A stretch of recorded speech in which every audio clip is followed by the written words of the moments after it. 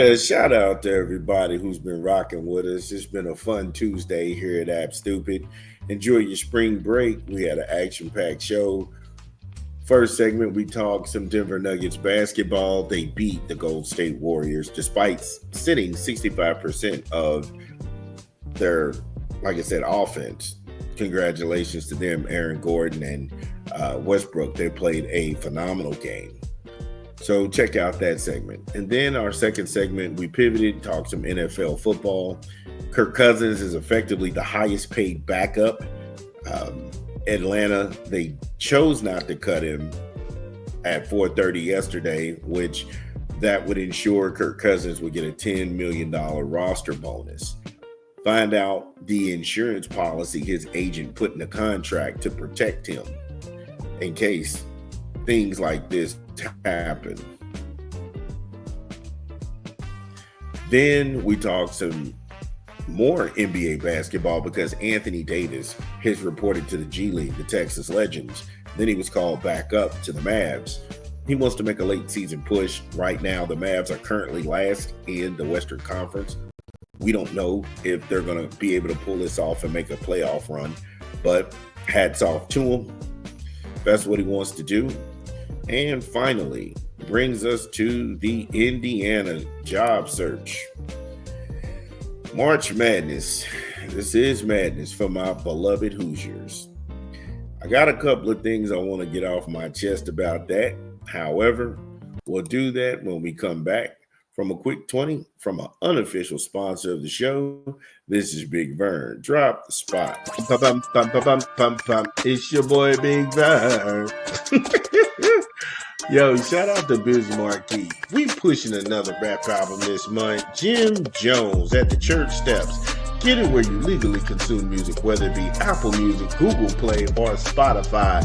My personal favorites on the track is going to be Genesis, Walking on Business, featuring Keenan Streets and Conway the Machine, Op Thought with Fabulous and Drama B2R, Back in My Bag, and What's Going On, featuring Dave East. Jim Jones at the Church Steps, in stores now. Yeah, shout out to Jim Jones. I like Joe Mo. I thought the whole thing was good. But nonetheless, Indiana has boiled it down to 3 coaches. Now, all of this is speculation. Everybody that I've read up on, Sports Illustrated, the Bloomington Times, and all of these different de facto outlets, even on 3.com, Indiana has boiled it down to 3 coaches: Will Wade, Ben McCollum, and Brad Brownwell. Wade, he came out of nowhere because at first they kept saying that this was a 2-coach race. Now, somehow Wade got thrown out there, and he's considered the favorite also in the North Carolina State head coaching job as well. Despite at LSU, Wade has proved himself once again. In just 2 years, he led McNeese State to the NCAA tournament. Prior to McNeese State, Wade elevated LSU to great heights. From 2018 to 2022, LSU went 105-51 and reached the NCAA tournament 3 times, earning the number 3 seed, number 8 seed, and 6 seeds. The Tigers haven't made the NCAA tournament 3 seasons since Wade left. So you can see the impact that Wade had on the program. And full disclosure, my oldest actually wanted to go down and play for Wade in LSU. And like I said, Wade was a good guy, you know. And I remember when all of that went down in COVID and he had to keep coming home and everything like that. So, like I said, I recognize it. He's a great coach. I got nothing against him. Wade is a proven winner no matter where he coaches, and he's also an excellent recruiter, which is crucial considering Indiana's strong NIL presence in college basketball. With the end of the Woodson era now beginning, and there are new promises on the horizons in Bloomington, and the Hoosiers have the potential to make a big splash, bring excitement into the future of Hoosier basketball. Okay, I just got to say, pump your brakes, because right now that man is in March Madness. Him and Brownwell, they are in March Madness, and so they're not going to answer any kind of questions about the Indiana job right now because it's too much going on. I personally think that Ben McCollum, he's the least known guy of the three. And I think he really is the guy to keep your eye on, because he led Drake to the Missouri Valley regular season and tournament title in his first season in Des Moines. Now, previously, McCollum has the head coach at Northwest Missouri State for 15 seasons, where he won 4 national championships in the D2 since 2017, and had a winning percentage of over 80%. This is why this matters. He has a system, and he's not thirsty for a win. This is where you find your cream of the crop coaches, guys who have a system, because players are going to come and go. But if you have a system that produces results, you can get anybody to stick in those positions and win. Now, he is not a great recruiter, because when you're playing in small D2 programs, you're not going to get the best of the best. You're not going to get the biggest names. You're not going to get Oak Hill kid this, McDonald's All-American kid that, 5-star kid this. Those kids are just not going to D2 schools. Let's just be real about it. Hell, most of y'all don't even watch D2 basketball. Let's just keep it a buck. Let's keep it a bean, as the young folks say. However, he's able to do more with less. And that translates very well to athletic directors, because the NIL, they will go ahead and target the kids and get those big 4- and 5-star kids, get those state kids who are the best in that state. They'll go to these other mid-major conferences, and then they will get a kid who's a definite scorer, who's a shooter, and then compile those and put them in that guy's system. That could be a very interesting thing. That could be a Kurt Signetti 2.0 in basketball, making Bloomington title town. Again, all of this is speculation. None of this is actually a definite. I don't have the Indiana AD in front of me, and I'm asking him questions about these three guys, and now I'm getting a response. Brownwell, to me, seems like the weakest of the three. And he grew up in Evansville, and he played his college ball in state at DePaul. While it is not an IU alum, his high school teammate is none other than Indiana's own Calbert Chaney. Okay, you can stop that. The reason that happens, in the tri-state area, you have a dinosaur, Rick Bosich, out of Kentucky, Louisville.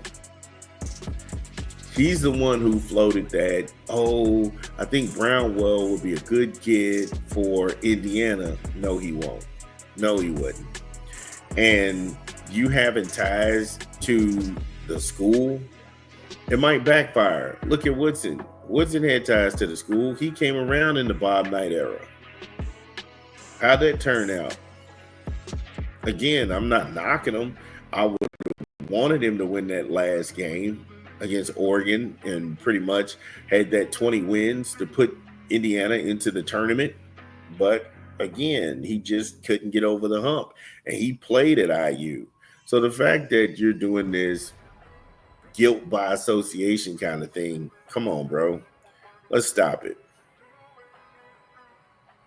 Again, the pieces are starting to come together. 15 years under Brownwell, the Tigers made the NC tournament 4 times.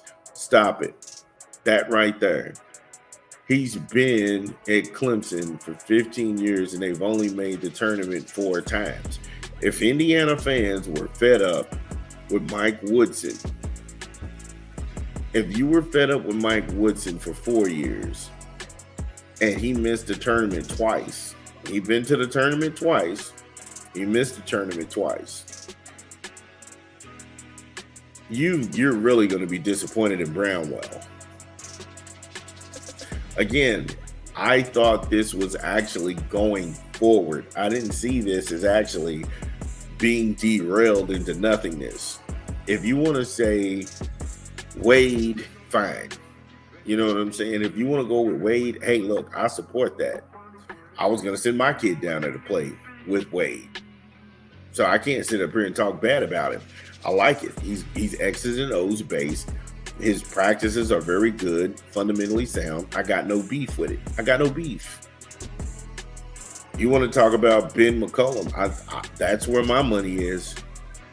That's where my money is because that guy is building a system. But if we're going to talk about Brownwell, I'm out. Count me out on that. It's like you're getting rid of Mike Woodson for the white Mike Woodson.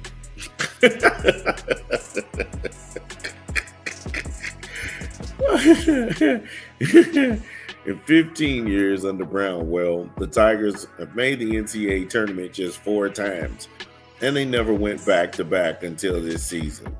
The ACC may be down on its luck across the board with only a handful of teams that got into March Madness, but Clemson has been above the fray throughout most of his seasons and durations.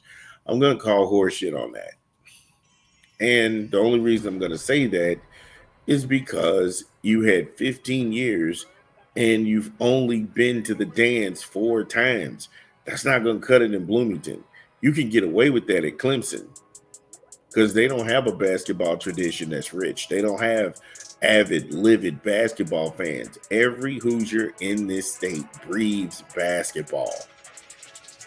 If you want to, the worst thing you can do is pull over to any small town and go into a diner and you want to talk Indiana basketball, dude, they will give you your comeuppance. Because that's what this is. That's who we are. We bleed cream and crimson all day. But at the same time, the administration, nobody's making a move. Like I said, all of this is speculation. Ben McCollum, he's rumored to even be the front runner for the Iowa job. I just don't know where we go from here. Do we get aggressive as Hoosiers and try to go ahead and get either Wade or McCollum off the board? I like to see it. But they got to pump their brakes because all this is doing is building Indiana up to knock us down. And I don't want to be down. I don't want to be hurt behind any of this.